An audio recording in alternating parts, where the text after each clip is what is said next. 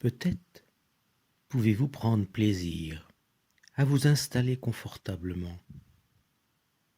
Inutile de vous demander si c'est moi qui parle ou si c'est vous qui m'écoutez.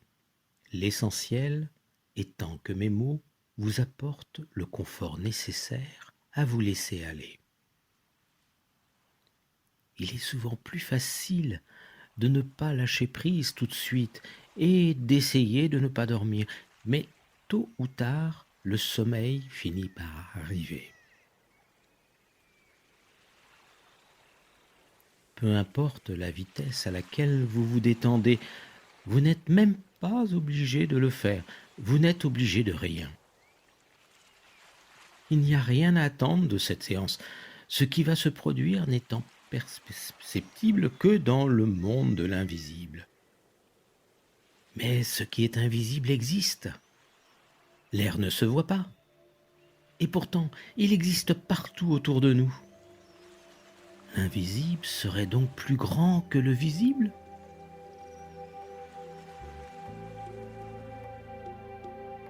Peut-être que l'espace de cette séance, vous pourriez oublier que vous êtes ici et choisir de partir dans un endroit merveilleux où la nature a été respectée par l'homme.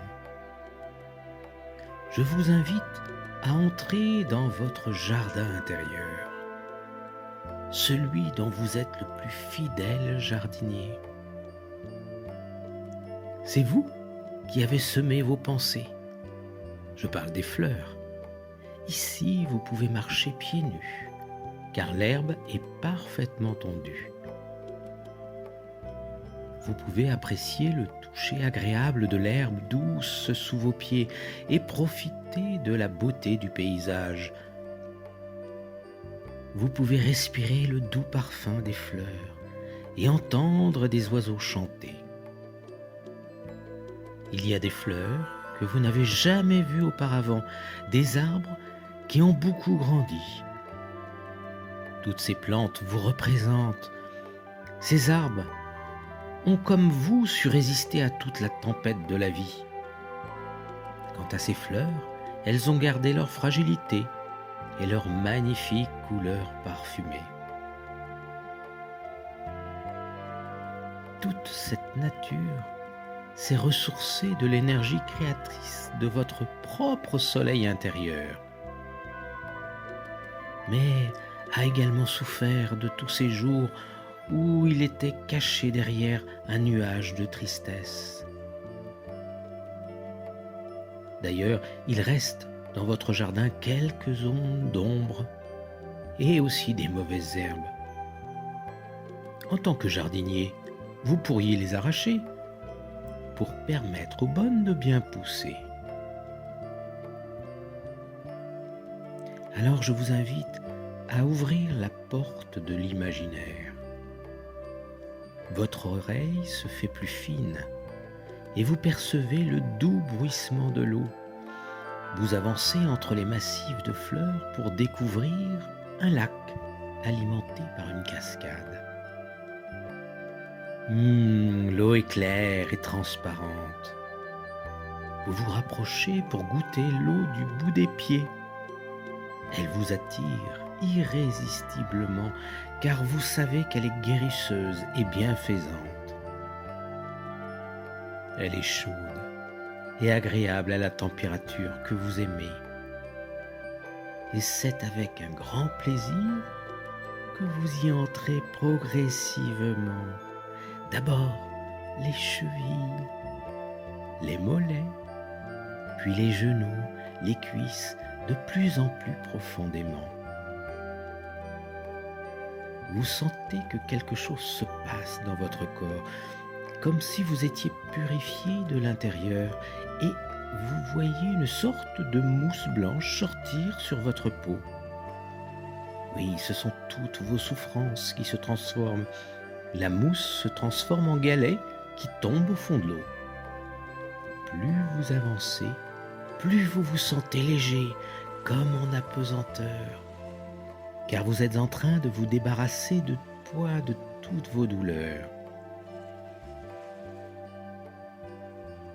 Vous vous rapprochez progressivement de la cascade et vous vous laissez arroser par son filet d'eau comme une douche agréable qui vous redonne de l'énergie. C'est alors que vous apercevez qu'il y a un passage sous cette cascade. Alors, vous décidez de la traverser. Je vais vous raconter une histoire pour voir la vie en positif. Il était une fois une planète séparée en deux.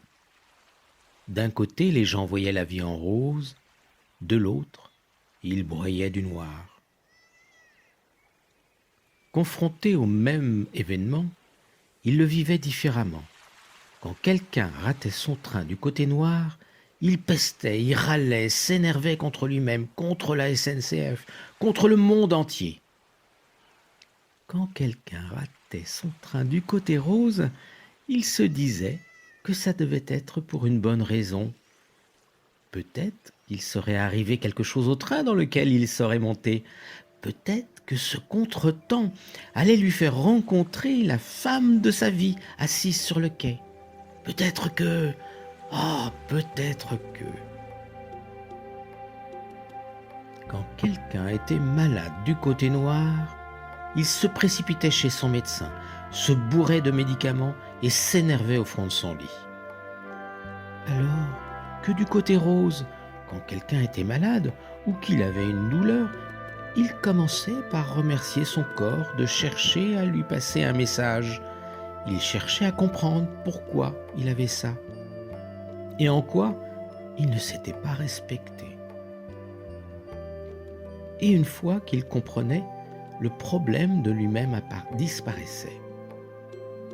Alors que sur noir, le corps était souvent traité comme un ennemi. Sur rose, le corps était notre allié.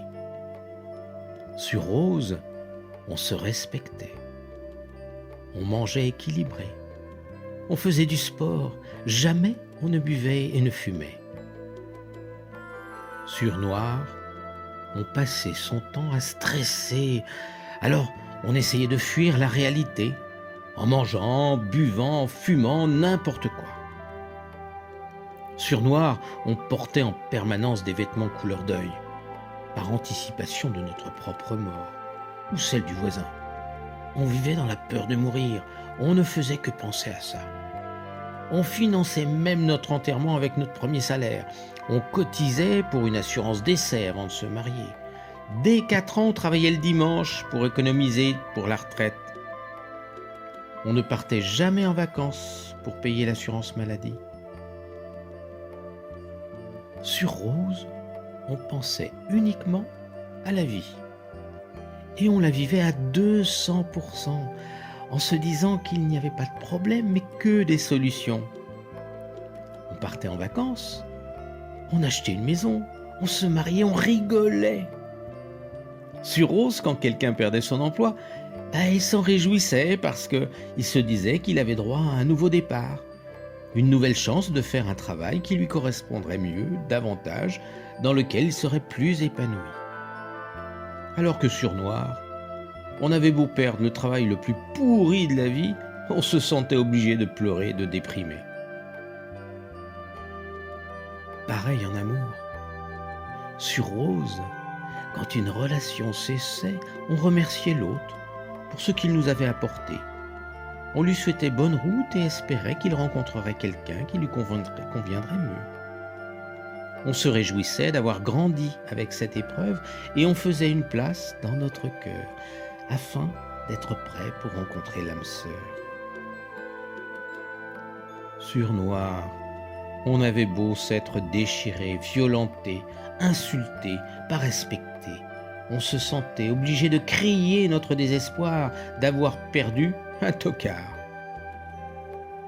Sur noir, on préférait continuer à vivre avec quelqu'un qui ne convenait pas, plutôt que de prendre le risque d'être seul quelque temps pour trouver la bonne personne. Tout est question de philosophie.